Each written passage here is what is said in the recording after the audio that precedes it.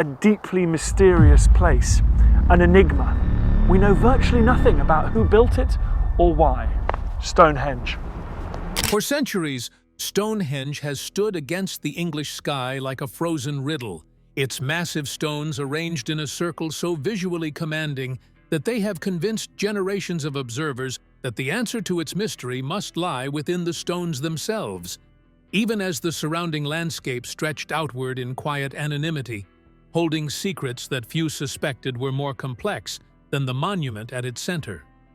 Observations were taking place. So at the point that the Cursus is built, Stonehenge is acquiring significance as well. We measured the lintels and tracked the solstice alignments. We debated whether it was a temple or an observatory or a burial ground. And in doing so, we slowly built a story that framed Stonehenge as an isolated masterpiece of prehistoric engineering.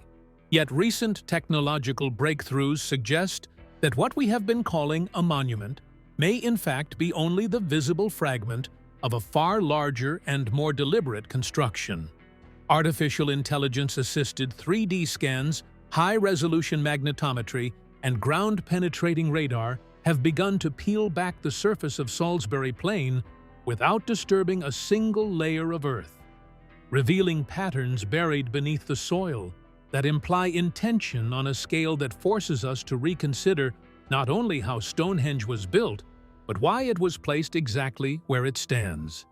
And as the digital reconstructions assemble themselves into coherent forms, the central question grows harder to ignore.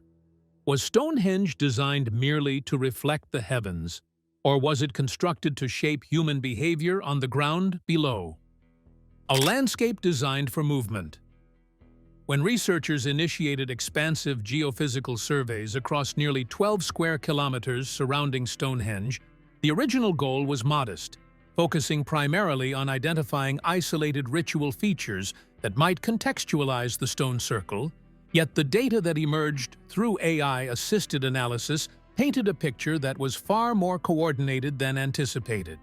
17 previously unknown ritual structures materialized within the scans, alongside burial mounds, massive pits, enclosure ditches, and subtle boundary lines that align in patterns suggesting deliberate planning rather than organic accumulation.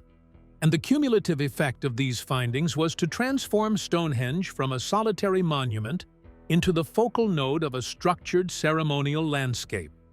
Artificial intelligence did not invent these features.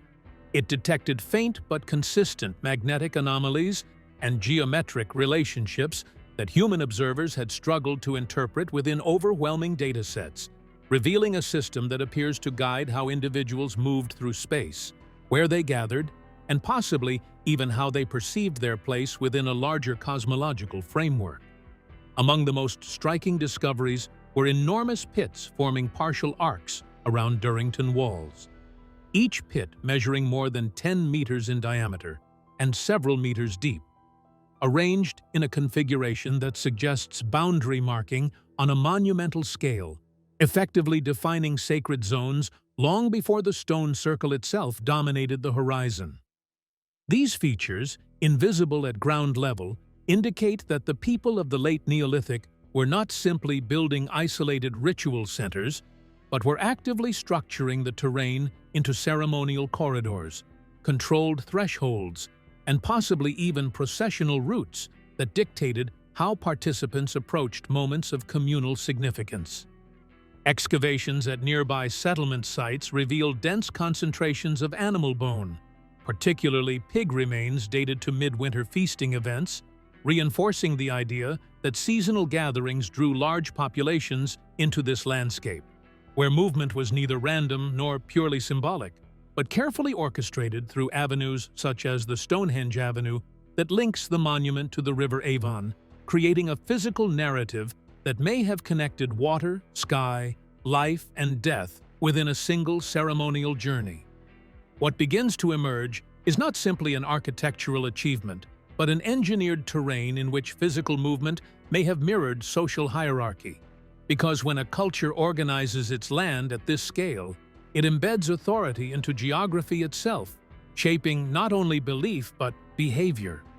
And once we recognize that Stonehenge sits within a broader network rather than apart from it, the monument begins to feel less like an isolated temple and more like the visible anchor of a carefully managed environment, one in which every step taken across the plain may have reinforced an invisible structure of meaning that extended far beyond the stones themselves.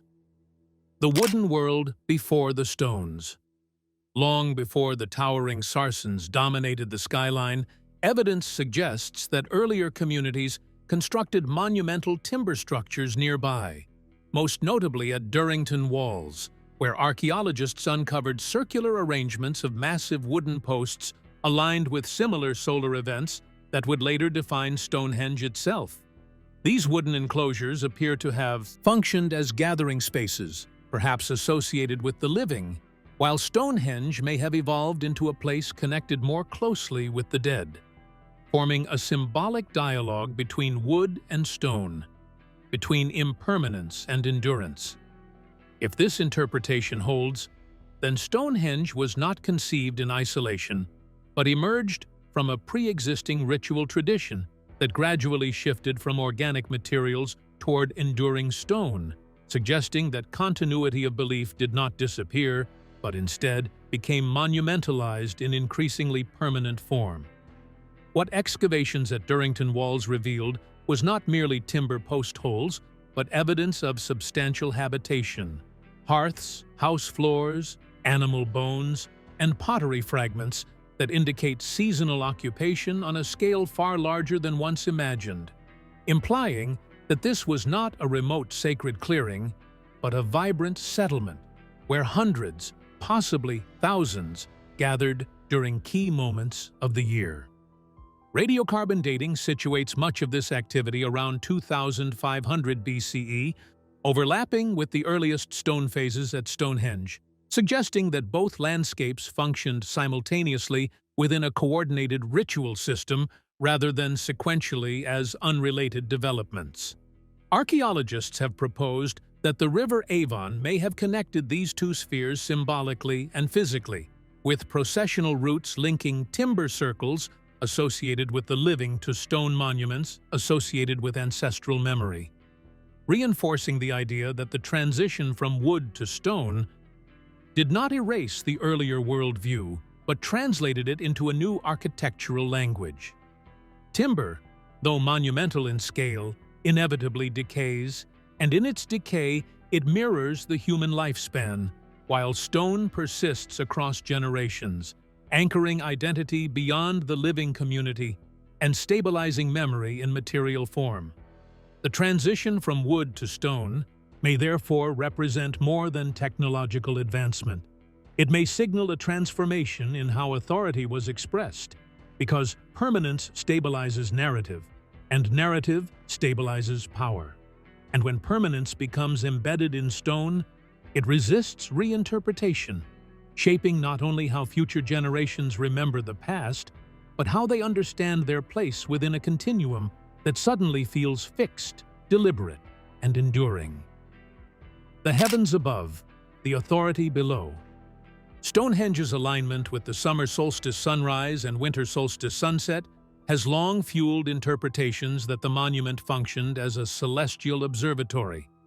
Yet what recent landscape analysis suggests is that these alignments may have operated within a broader framework of spatial control, guiding not just astronomical observation, but collective experience. Processional avenues, such as the avenue leading toward the River Avon, create choreographed movement that would have directed participants along predetermined paths, reinforcing shared ritual moments, while simultaneously shaping who stood where and when during critical solar events.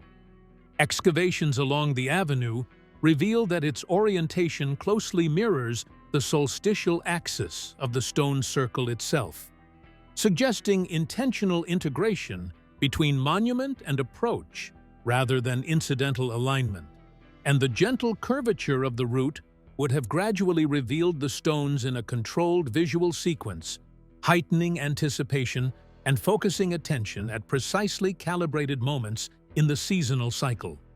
When hundreds of participants moved together along such a path, their bodies effectively became part of the monument's operation, turning astronomical alignment into embodied ritual. The sky may have provided the symbolic script, but the land provided the stage. And the choreography embedded within that stage may have reinforced social structure by situating individuals within a cosmological order that felt divinely anchored yet physically managed. Those positioned at the inner circle would have experienced the solstitial light differently from those observing at the perimeter, subtly encoding hierarchy into vantage point. When sacred time becomes anchored to specific geographic pathways, authority over space becomes authority over experience. And authority over experience can outlast the individuals who first established it. Because once a community internalizes that the heavens confirm the design of the earth beneath their feet, questioning the layout becomes indistinguishable from questioning the cosmos itself. Burial, memory, and the return of complexity. Beneath the imposing geometry of Stonehenge lies something quieter, and in many ways more revealing: human remains. Excavations conducted within the monument's earliest earthwork phases uncovered cremated bones dating back to around 3000 BCE, indicating that from its inception, Stonehenge was not merely a gathering place, but a funerary landscape reserved for a limited number of individuals. The scarcity of burials relative to the scale of construction suggests restriction rather than accessibility, implying that those interred within the circular enclosure occupied positions of unusual significance. If Stonehenge functioned as a site of ancestral veneration, then its architecture did more than track celestial cycles. It curated memory. To bury select individuals within a space aligned to the movements of the sun is to bind lineage to cosmos, to imply that certain bloodlines or roles were not only socially elevated, but cosmically situated. In that configuration, memory becomes structured. The dead are not simply remembered, they are positioned within an ordered universe that reinforces the legitimacy of the living. When a community gathers to honor its ancestors within a monument that encodes solar rhythm and geographic precision, it performs continuity. The living stand where the sun rises on the longest day of the year. They retrace pathways carved into the earth. They return to the same circle generation after generation. In doing so, they inherit not only land, but narrative. And narrative, when anchored to burial, becomes difficult to contest. In this sense, Stonehenge operates simultaneously as archive and instrument. It preserves memory through physical remains. It shapes identity through repeated ritual. And it defines who belongs within the story by controlling proximity to sacred ground. What recent AI-driven landscape analysis has done is not overturn this interpretation, but deepen it. By reconstructing subtle subsurface anomalies across nearly 12 square kilometers surrounding the monument, researchers have revealed that burial and ritual features were not randomly distributed, but embedded within a coordinated spatial system. Advanced machine learning models processed magnetometry and ground-penetrating radar data at scales previously impossible for human teams to synthesize, identifying patterns of pits, enclosures, and boundary markers that suggest intentional zoning within the broader ceremonial terrain. These large pits, some stretching over 10 meters in diameter, appear positioned in arcs and alignments that echo the monument's own geometry, possibly functioning as liminal thresholds between sacred and secular zones. Rather than isolated ritual deposits, they now appear as components of a structured perimeter, shaping how individuals approached, entered, and experienced the site. Artificial intelligence did not invent these relationships. It surfaced them from overwhelming datasets, detecting recurring spatial logic that earlier excavations, constrained by trench-based methods, could only glimpse in fragments. The result is not sensational revision, but restored complexity. What once seemed like an enigmatic circle standing alone in open grassland now emerges as the focal node within a deliberately engineered ceremonial world, one in which burial, movement, astronomy, and authority intersected across generations. AI has not demystified Stonehenge. It has revealed that its designers operated within a conceptual sophistication that modern analysis is only now fully beginning to appreciate. And when memory is embedded not only in bones beneath the soil, but in the geometry of the land itself, the monument ceases to be a relic of the past. It becomes a system, one that organized identity, encoded power, and ensured that certain names, even if forgotten, would remain structurally central to the world the living inherited. Continuity or control? When we step back from the data and view the monument within its reconstructed landscape, the central tension becomes clearer, because Stonehenge appears to operate at the intersection of shared belief and managed experience. It may have unified communities through ritual alignment with the cosmos, yet it may also have reinforced authority through spatial design, embedding structure into the land itself. Continuity of tradition does not exclude the possibility of control, and control does not negate shared meaning. Instead, the monument embodies both, preserving cultural identity while simultaneously shaping how that identity was expressed. And this duality forces us to reconsider whether Stonehenge represents spontaneous spiritual expression or strategic environmental choreography designed to endure. Archaeological evidence suggests that the monument evolved through multiple construction phases spanning centuries, which implies not a single visionary act, but sustained oversight across generations, a continuity that would have required coordination, resource mobilization, and shared compliance on a scale rarely acknowledged in simplified narratives. The transportation of sarsen stones weighing up to 25 tons from Marlborough Downs, nearly 20 miles away, and the earlier movement of blue stones from Western Wales indicates organized labor and logistical planning that likely extended beyond purely symbolic motivation. Such undertakings require leadership structures capable of directing effort, allocating time, and persuading or compelling participation. Seasonal gatherings at nearby Durrington Walls, evidenced by midwinter feasting remains and dense habitation layers, reveal that large populations converged at specific moments, suggesting that ritual was synchronized with agricultural cycles and communal obligations. When a monument regulates when people gather, where they walk, and how they orient themselves toward the rising or setting sun, it does more than inspire awe. It structures collective behavior within predictable patterns. This does not reduce Stonehenge to a tool of dominance. Rather, it situates it within the complex reality of early societies where belief, cooperation, hierarchy, and cosmology were interwoven. A monument can be both a sacred expression and a stabilizing framework. It can bind communities through shared meaning, while simultaneously reinforcing who interprets that meaning and who stands closest to its center. And perhaps that is why the question of continuity versus control remains unresolved, because in enduring monuments, the line between devotion and design is rarely clear. Stonehenge remains where it has stood for over 4,000 years, its stones weathered yet intact. But the story we tell about it continues to evolve as technology reveals patterns invisible to earlier generations.